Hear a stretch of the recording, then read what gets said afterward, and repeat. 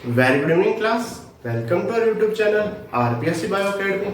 हम आज एक नया चैप्टर शुरू कर रहे हैं, टेक्निक्स इन बायोलॉजी, जिसमें पहली टेक्निक है इलेक्ट्रोफोरेसिस। इलेक्ट्रोफोरेसिस की बात की जाए, सबसे पहले इसकी डिस्कवरी की बात करते हैं। आर्न टेसिडियस ने इसकी डिस्कवरी की 1930s में इसकी डिस्कवरी आर्न टेसिडियस ने की थी, जिसे 1948 में इस डिस्कवरी के कारण इसे नोबेल प्राइज मिला था। क्या मिला था? नोबेल प्राइज मिला था। आर्न टेसिडियस ने इलेक्ट्रोफोरेसिस की डिस्कवरी 1930 के आसपास की थी, जिसे 1948 में नोबेल प्राइज ऑफ बायोकेमिस्ट्री इन्हें आर्न टेसिडियस को मिला था। ये एक सेपरेशन टेक्निक है।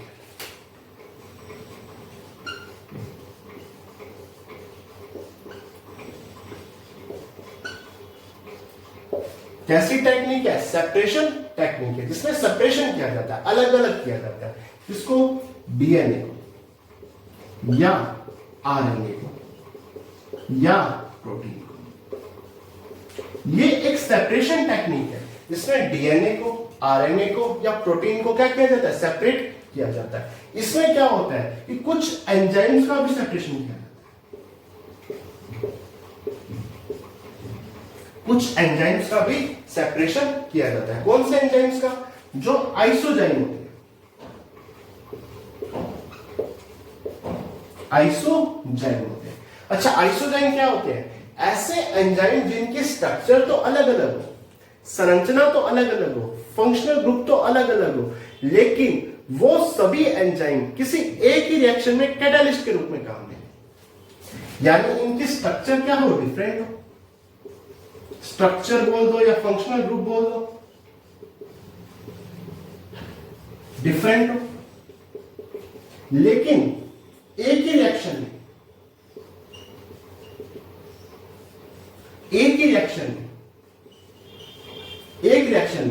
ठीक है, क्या करें?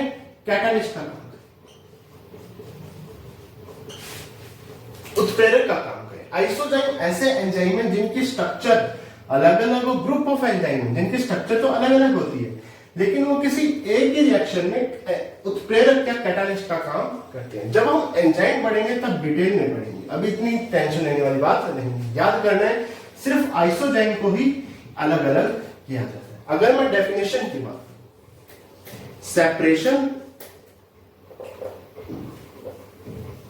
अगर हम डेफिनेशन की बात करें तो यहां पर एक चार्ज मॉलिक्यूल का मूवमेंट करवाया जाता है। क्या आएगा? Movement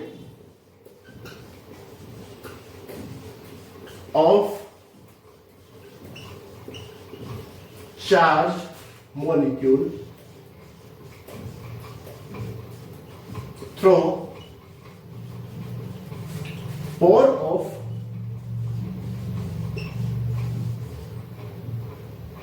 jail matrix.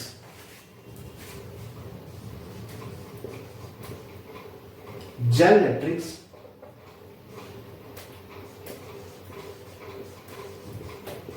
on application of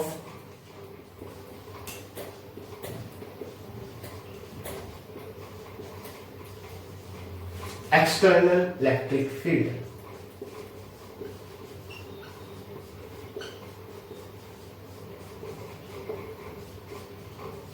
इसकी डेफिनेशन को समझते हैं। देखिए, यहां पर किसी चार्ज मॉलिक्यूल का क्या करवाया जाता है? मूवमेंट करवाया जाता है। जैसे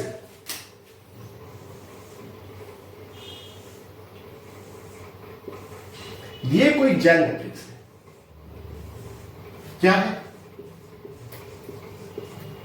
जेल मैट्रिक्स। और इस जेल मैट्रिक्स में पोर्स बनते हैं। इन पोर्स के थ्रू जो चार्ज मॉलिक्यूल है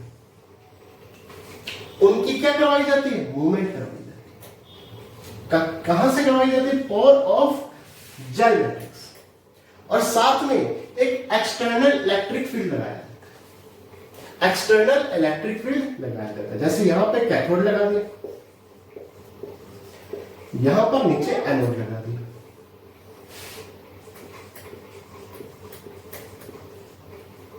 ठीक है, कैथोड कैसा चार्ज है? Negative, anode positive charge, DNA negative charge. तो डीएनए यहां से डीएनए की क्या करवाई जाती है? मूवमेंट करवाई जाती है, मूवमेंट ऑफ चार्ज मॉलिक्यूल। जैसे डीएनए की मूवमेंट कराई, क्योंकि डीएनए, आरएनए, प्रोटीन और एंजाइम्स को सेपरेट किया जाता है। तो यहां पर movement of charge molecule through pore the gel matrix, इस जेल मैट्रिक्स के पोर से क्या करवाई जाती है? मूवमेंट करवाई जाती है। और ये साइज या चार्ज के बेसिस पे अलग होता है। या तो साइज पे कैसे? क्योंकि पोर्स लगे हुए, क्या लगे हुए? पोर्स है, ये पोर्स है।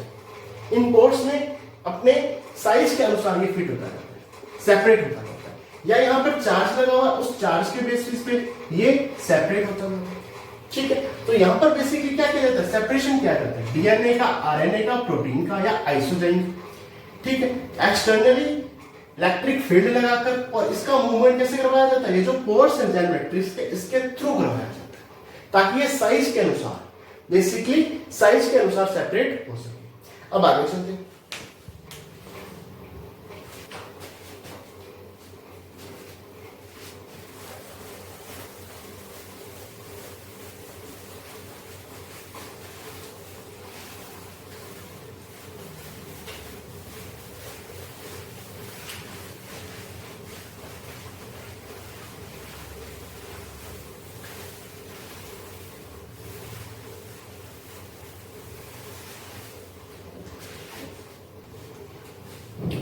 देखिए, इलेक्ट्रोफोरेसिस को समझने के लिए हमें एक कॉन्सेप्ट समझना जरूरी है, वो है प्रोपोर्शनल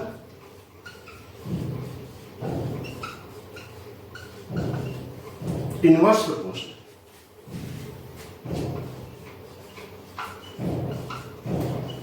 ये फिजिक्स का कॉन्सेप्ट है, इसे मैं यहां थोड़ा सा समझा रहा हूं।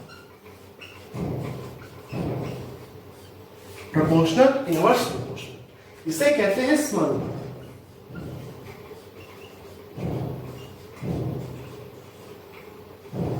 इसे कहते हैं व्युत्क्रमानुपाती।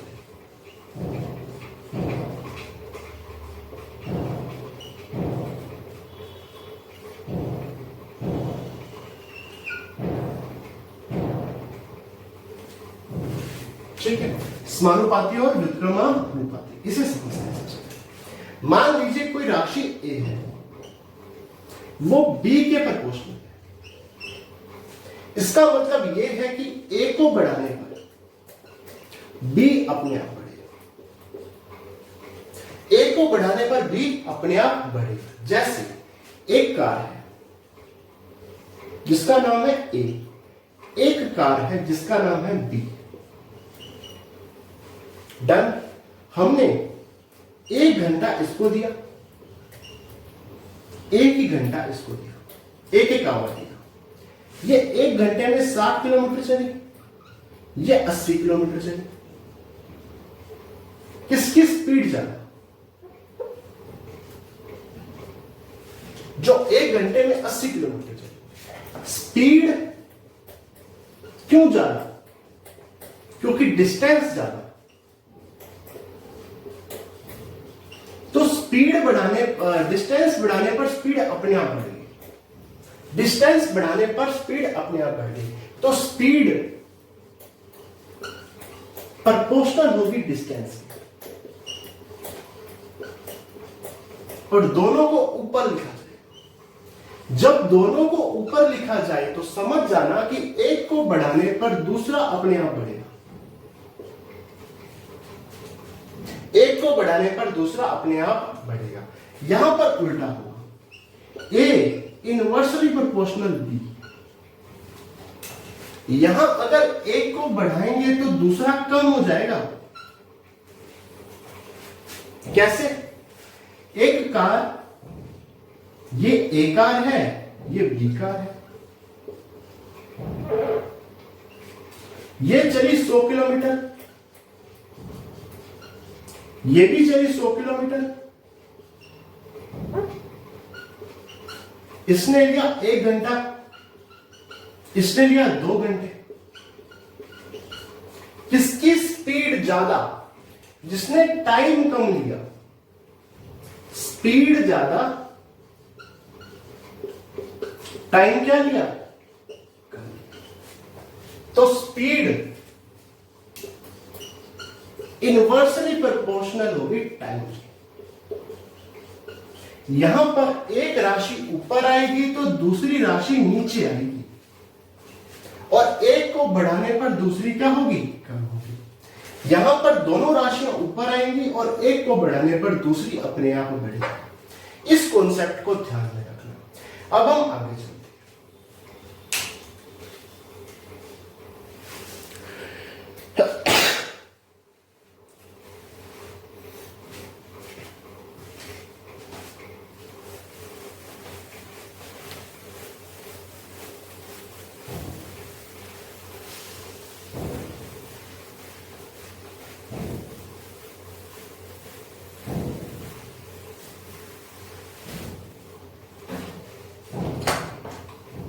जैसे हमने ये जेल मैट्रिक्स ली थी, ध्यान है कुछ तो, और बीच में पोर्स बनाए थे इस तरह से। यहां पे कैथोड था,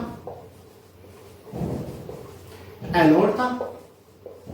मूवमेंट कैथोड से एनोड की तरफ हो रही थी, चाहे डीएनए था चाहे प्रोटीन था, और ये मॉलिक्यूल्स थे।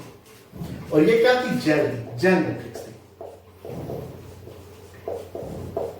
अगर इस मूवमेंट की मैं बात करूं, जो कैसी हो रही है? कैथोड से एनोड की तरफ हो रही है, माइनस से प्लस की तरफ हो रही है। क्यों? क्योंकि डीएनए नेगेटिव चार्ज है।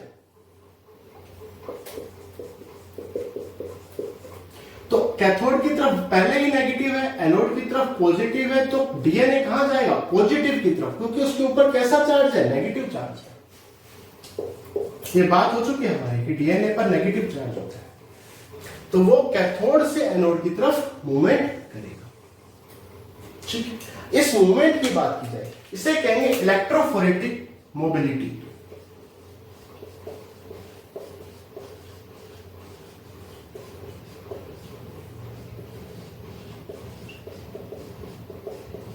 या रेट ऑफ माइग्रेशन लिखेंगे।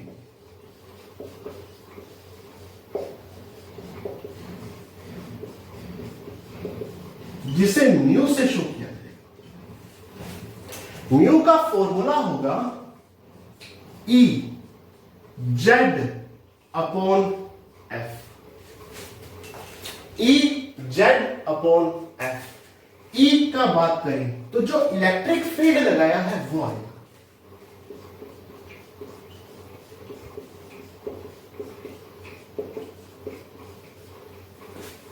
जेड की बात करें, charge on molecule.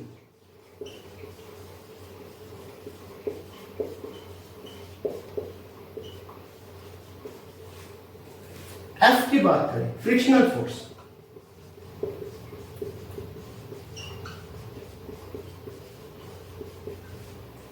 Frictional force. देखिए, अगर दोनों राशियां ऊपर की तरफ है तो एक को बढ़ाने पर दूसरा अपने आप बढ़ेगा। यानी अगर हम इलेक्ट्रिक फील्ड को बढ़ा दें तो यह मूवमेंट अपने आप बढ़ जाएगी। डन।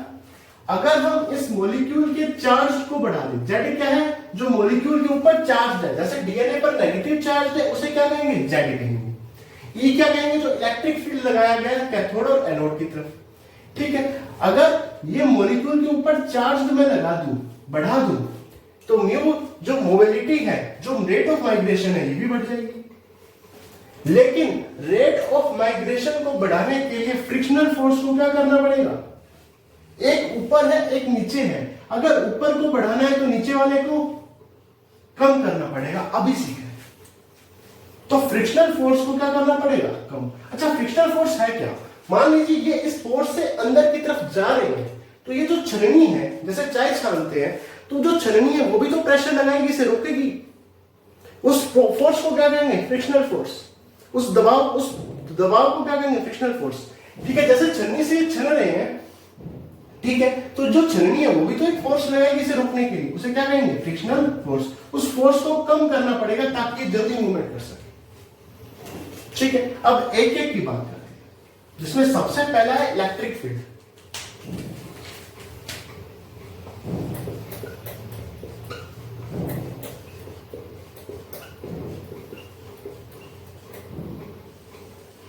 इलेक्ट्रिक फील्ड को बढ़ाना होगा, पर क्या हम बढ़ा सकते हैं क्या? चलो देखते हैं कि क्या इलेक्ट्रिक फील्ड को बढ़ाया जा सकता है क्या। इलेक्ट्रिक फील्ड कैसे लगेगा? वोल्टेज से। वोल्टेज लगानी पड़ेगी, यहां पर वोल्टेज लगानी पड़ेगी। कैथोड बनाना है तो यहां पे कुछ वोल्ट लगाना पड़ेगा, इस तरह से वोल्टेज लगानी पड़ेगी सर। ठीक है, वोल्टेज लगा देते। जैसे ही वोल्टेज लगाओगे तो V का फॉर्मूला क्या होता है? IR। V बढ़ाओगे तो R बढ़ेगा, दोनों ऊपर की तरफ है। जैसे ही वोल्टेज बढ़ाओगे रेजिस्टेंस अपने आप बढ़ेगी। जैसे ही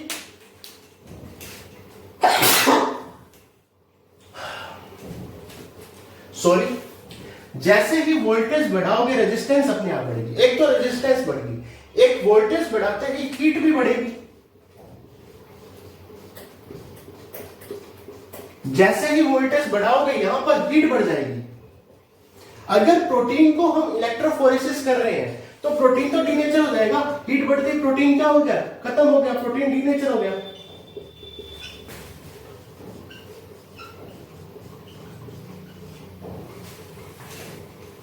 ठीक है, और जो जेल है वो मेल्ट होगी।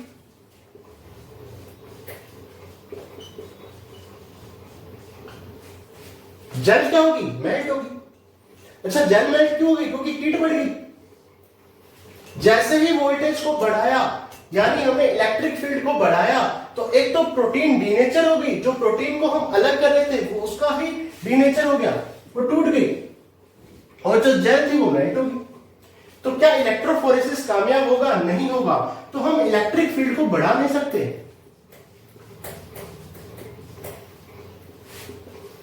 इसे कांस्टेंट रखना पड़ेगा।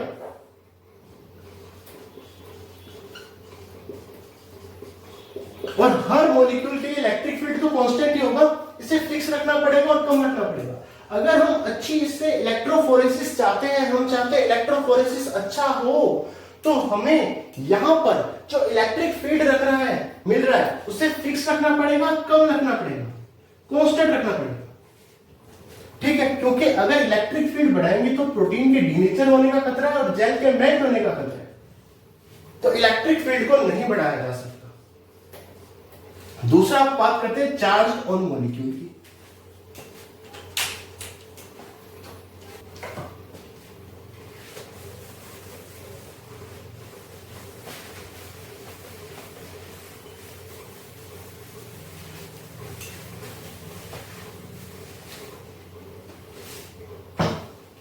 देखिए, दूसरा है चार्ज ऑन मॉलिक्यूल।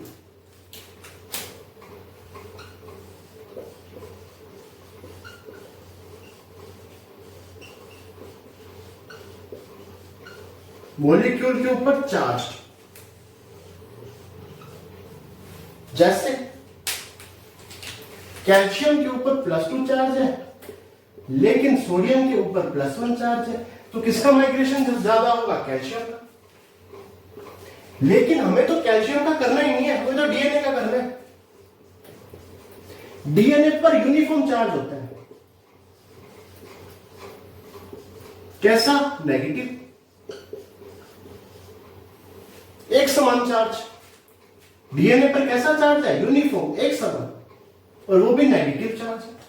तो डीएनए कैथोड से एनोड की तरफ गति करेगा। अगर मैं प्रोटीन की बात करूं, प्रोटीन पर एसडीएस डाला जाता है। हम आगे बात करेंगे जब प्रोटीन को क्या करेंगे? इलेक्ट्रोफोरेसिस करेंगे। प्रोटीन के साथ क्या डाला जाता है? एसडीएस। एसडीएस क्या करता है? यूनिफॉर्म नेगेटिव चार्ज जनरेट कर देता है।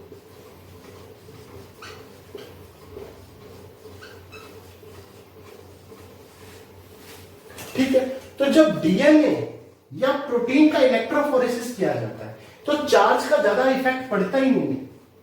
तो ना तो इलेक्ट्रिक फील्ड का इफेक्ट पड़ रहा है, ना तो चार्ज का इफेक्ट पड़ रहा है।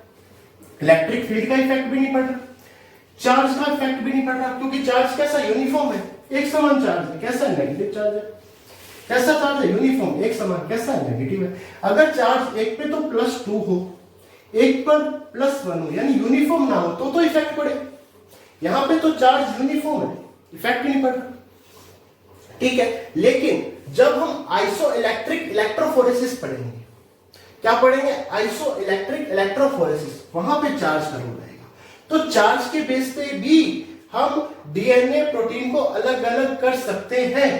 ठीक है, लेकिन यहां पर कोई अभी इफेक्ट नहीं पड़ रहा। अब नंबर 3, फ्रिक्शनल फोर्स की बात करते हैं।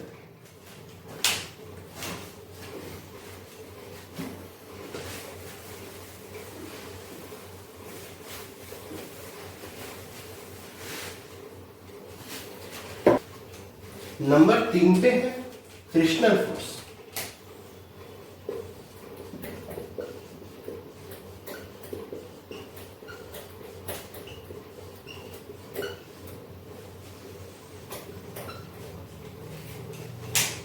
फ्रिक्शनल फोर्स क्या करेगा? देखो, फ्रिक्शनल फोर्स के बढ़ने पर जो मोबिलिटी है, जो मूवमेंट है, जो रेट ऑफ माइग्रेशन है, जो म्यू है, वो क्या हो जाएगा? कम हो जाएगा। क्यों? क्योंकि ये रिटार्ड कर रहा है। एक होता है एक्सीलरेट करना, किसी चीज को बढ़ाना, एक होता है रिटार्ड करना, किसी चीज को रोकना। ये क्या कर रहा है? रिटार्ड कर रहा है। किससे? चार्ज मॉलिक्यूल को।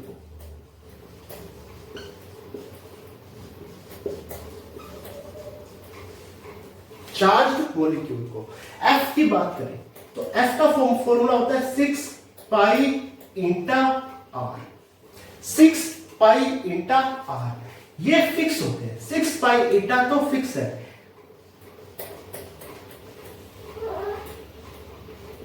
अच्छा, एफ और आर एक दूसरे के प्रोपोर्शनल है, दोनों ऊपर की तरफ ही आ रहे हैं, तो आर बढ़ने पर एफ बढ़ेगा,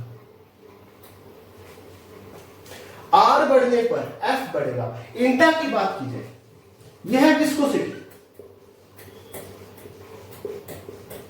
गाढ़ापन कहते हैं इसे। जैसे शहद बहुत विस्कस होता है, शहद बहुत गाढ़ा होता है, विस्कोसिटी।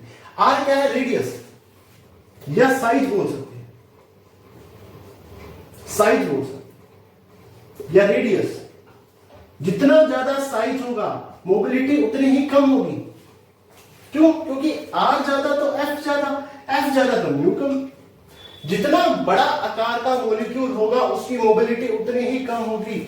मान लीजिए यहां पर एक बड़ा मॉलिक्यूल है, वो मूवमेंट ही नहीं कर पा रहा, छोटे मॉलिक्यूल मूवमेंट करके, तो सेपरेशन हो गया या नहीं हो गया? तो यहां पर सबसे इंपॉर्टेंट जो रोल है वो फ्रिक्शनल फोर्स का है, या यूं कहूं तो आर का है। हम साइज के आधार पर इसमें क्या कर सकते हैं? अलग अलग कर सकते हैं। साइज के आधार पर कैसे? जो मोटा मॉलिक्यूल है वो तो मूवमेंट कर ही नहीं पाएगा, छोटे मॉलिक्यूल कैसे कर पाएंगे? मूवमेंट कर पाएंगे। जो मोटा मॉलिक्यूल है उसका साइज ज्यादा है, साइज ज्यादा तो फ्रिक्शनल फोर्स ज्यादा है, दोनों ऊपर आ रहे हैं ना। साइज ज्यादा तो फ्रिक्शनल फोर्स ज्यादा, फ्रिक्शनल फोर्स ज्यादा, फ्रिक्शनल फोर्स ज्यादा तो म्यू कम, फ्रिक्शनल फोर्स ज्यादा, एफ ज्यादा तो म्यू कम हो जाएगा, अगर म्यू ज्यादा तो एफ कम हो जाएगा। डन। तो फ्रिक्शनल फोर्स का सबसे अहम योगदान है, यानी जो साइज है मॉलिक्यूल्स का उनका सबसे अलग योगदान है। जैसे डीएनए का एक मॉलिक्यूल का साइज बड़ा है, एक मॉलिक्यूल का साइज छोटा है, तो दोनों को सेपरेट किया जा सकता है। ठीक है, जो मोटा मॉलिक्यूल है वो मूवमेंट ही नहीं करेगा, वो ऊपर रह जाएगा, और छोटे मॉलिक्यूल ऐसे नीचे। ठीक है, तो साइज के आधार पर इन्हें अलग कर सकते हैं। तो सबसे इंपॉर्टेंट रोल किसका है? फ्रिक्शनल फोर्स का। अब आगे चलते हैं।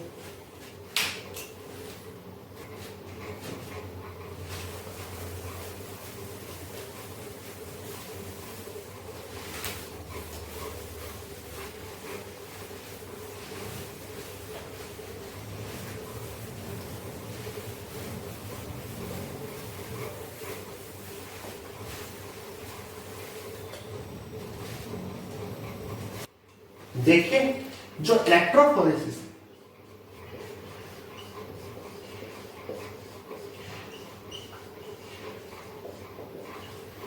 जो इलेक्ट्रोफोरेसिस है वो किन किन चीजों पे डिपेंड करता है? एक तो साइज पर, एक चार्ज पर,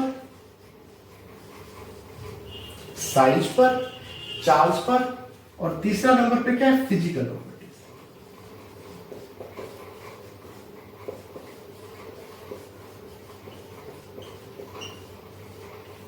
फिजिकल प्रॉपर्टीज पे कैसे?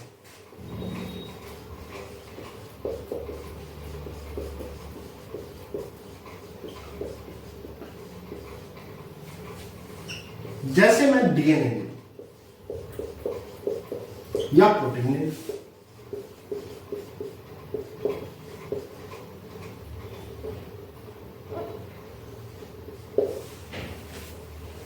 डीएनए ए और DNA B charge same, size भी सेम, ये भी 1000 बेस पेयर का, ये भी 1000 बेस पेयर का।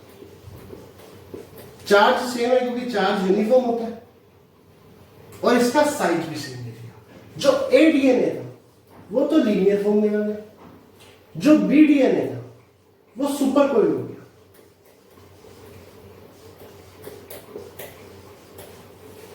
या ए डीएनए प्लाज्मिड है,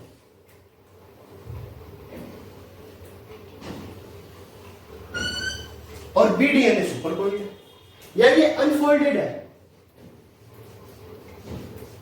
और बी फोल्ड है, बी फोल्डेड हो गया।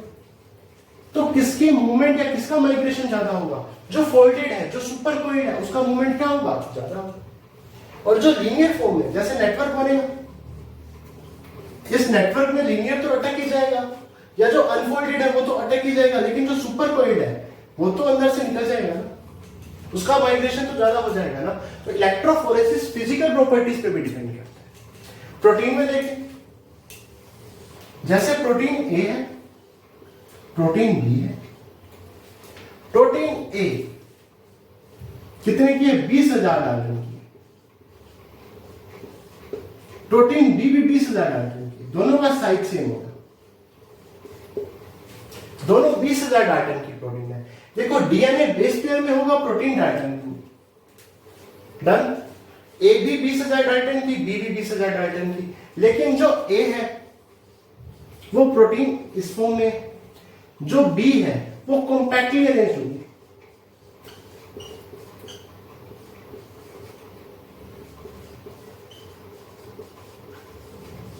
या ये अनफोल्डेड है, और बी कैसी होगी? फोल्डेड। जो फोल्डेड है वो जल्दी मूवमेंट करेगी ना इस जाल में से, इस नेटवर्क में से। इस जेल मैट्रिक्स में जो फोल्डेड चीज है वो जल्दी क्या करेगी? मूवमेंट करेगी, उसका माइग्रेशन क्या होगा? जल्दी होगा। तो फिजिकल प्रॉपर्टीज पे भी ये डिपेंड करता है। तो चार्ज, साइज और फिजिकल प्रॉपर्टीज पे डिपेंड करता है। अब आगे चलते हैं।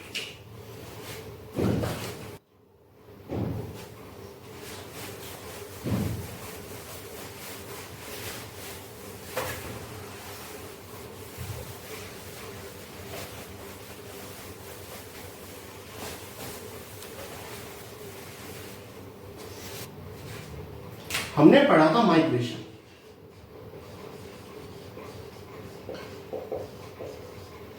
ठीक है। माइग्रेशन न्यू क्या पढ़ा था? ई जेड अपॉन आर, या म्यू को इनवर्सली प्रोपोर्शनल आर लिख रहे थे। आर क्या था? साइज था, और साइज पे डिपेंड कर रहा था। अगर मैं इस साइज को मास के रूप में रखूं,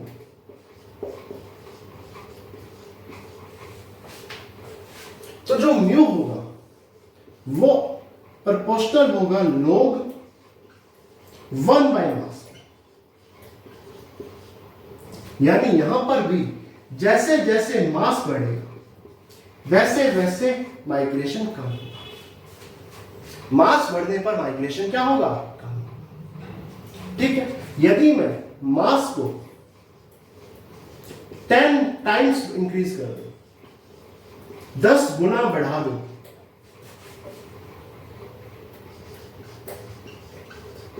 टेन टाइम्स इंक्रीज कर दूं, 10 गुना बढ़ा दूं, तो जो म्यू है, माइग्रेशन है, वो 1 यूनिट कम हो जाएगा, 1 यूनिट डिक्रीज हो जाएगा।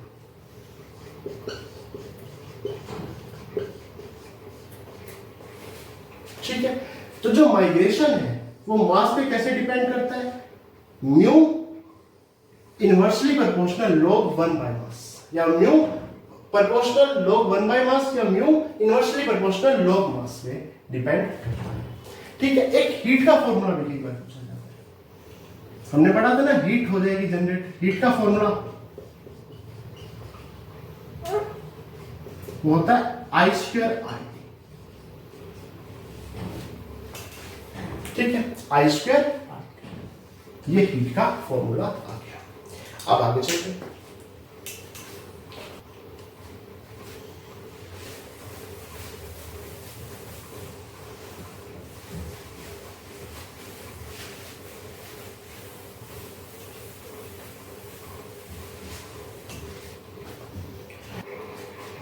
देखिए इलेक्ट्रोफोरेसिस दो प्रकार का, एक है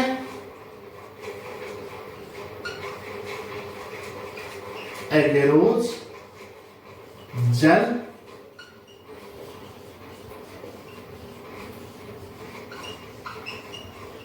इलेक्ट्रोफोरेसिस, एगेरोस जेल इलेक्ट्रोफोरेसिस। दूसरा है पेज, पॉली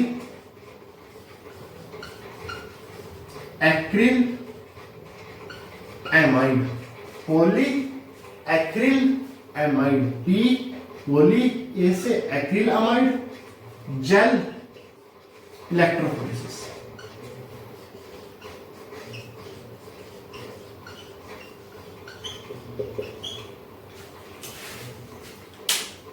अगर मैं एगेरोस जेल इलेक्ट्रोफोरेसिस की बात करूं, यहां पर जो जेल मैट्रिक्स है उसमें जो पोर है, या जिसे हम जेल मैट्रिक्स पोर कहते हैं, पोर का साइज बड़ा है, यहां पर जेल मैट्रिक्स पोर का साइज कम है।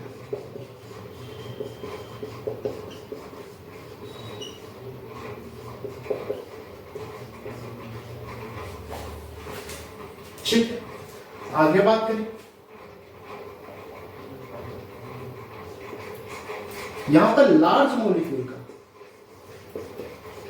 इलेक्ट्रोफोरेसिस किया जाता है, क्योंकि साइज बड़ा है पोर का, तो लार्ज मॉलिक्यूल का इलेक्ट्रोफोरेसिस किया जाता है। यहां पर स्मॉल मॉलिक्यूल इलेक्ट्रोफोरेसिस किया जाता है। यहां पर जैसे डीएनए हो गया, आरएनए हो गया, यहां पे प्रोटीन या स्मॉल साइज के डीएनए। ठीक, यहां पर जो जेल मैट्रिक्स का पोर साइज है वो बड़ा है, जिस कारण से लार्ज मॉलिक्यूल का ही क्या किया जाता है, इलेक्ट्रोफोरेसिस किया जाता है। यहां पर जेल मैट्रिक्स का जो पोर साइज है वो कम है, जो स्मॉल मॉलिक्यूल का इलेक्ट्रोफोरेसिस किया जाता है, जैसे प्रोटीन हो गया या डीएनए हो गया। अगर हम आगे बात करें, देखिए जो पेज है poly acryl amide gel electrophoresis, एक तो इसकी जो पूरी जो इसका ये है ये इंपॉर्टेंट है। ठीक है, इसको थोड़ा सा देखते हैं ना। Polyacrylamide gel electrophoresis ये 4 प्रकार का है, जिसमें पहला है SDS PAGE, SDS polyacrylamide gel electrophoresis gel electrophoresis. दूसरा है native polyacrylamide gel electrophoresis. तीसरा क्या है, isoelectric PAGE polyacrylamide gel electrophoresis. और चौथा है टूल। हमें सबके बारे में पढ़ना है। पहले हम एगेरोस जेल इलेक्ट्रोफोरेसिस के बारे में पढ़ेंगे, फिर पेज के बारे में पढ़ेंगे, फिर पेज के 4 प्रकार होंगे। ठीक है, इस हिसाब से हमारा इलेक्ट्रोफोरेसिस कंप्लीट होगा। अब आगे चलते हैं।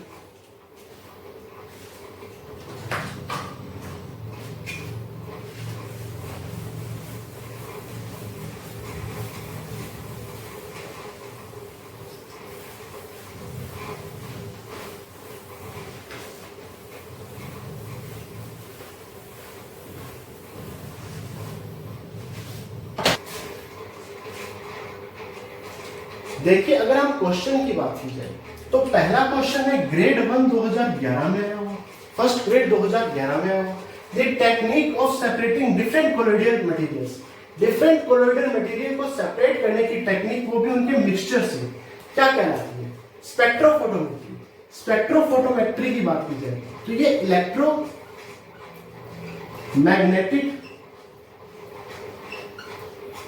स्पेक्ट्रा बनाती है जो एनालिसिस करने के काम आता है, एनालाइज करने के काम आता है, एनालिसिस करने के काम में आता है। इसको या तो इससे मेजरमेंट कर सकते हैं,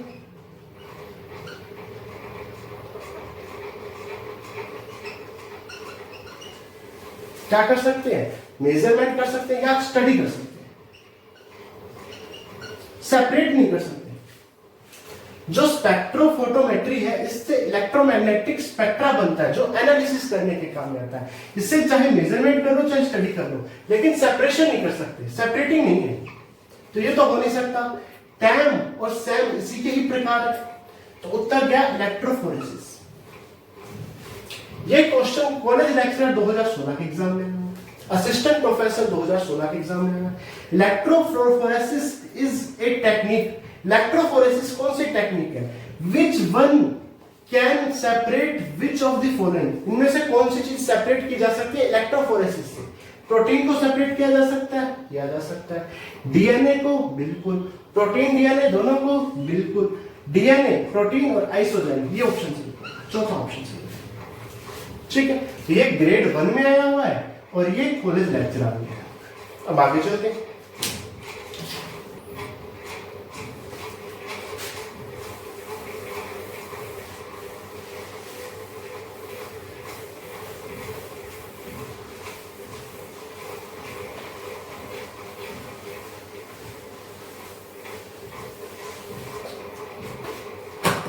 देखिए ये क्वेश्चन असिस्टेंट प्रोफेसर 2020 यानी कॉलेज लेक्चरर में है। ये प्लाज्मिड कैन बी डिस्टिंग्विश्ड, अलग करना, फ्रॉम बैक्टीरियल क्रोमोसोमल डीएनए, यानी प्लाज्मिड को बैक्टीरियल क्रोमोसोमल डीएनए से अलग करना। दोनों ही डीएनए, ये भी डीएनए, प्लाज्मिड भी क्या है डीएनए, एक्स्ट्रा क्रोमोसोमल डीएनए, और बैक्टीरियल क्रोमोसोम भी क्या है डीएनए तो है। तो किस टेक्निक के द्वारा प्लाज्मिड और बैक्टीरियल का क्रोमोसोमल डीएनए को अलग किया जाता है। डीएनए को अलग अलग करना है तो इलेक्ट्रोफोरेसिस। कॉलेज लेक्चरर 2020 में।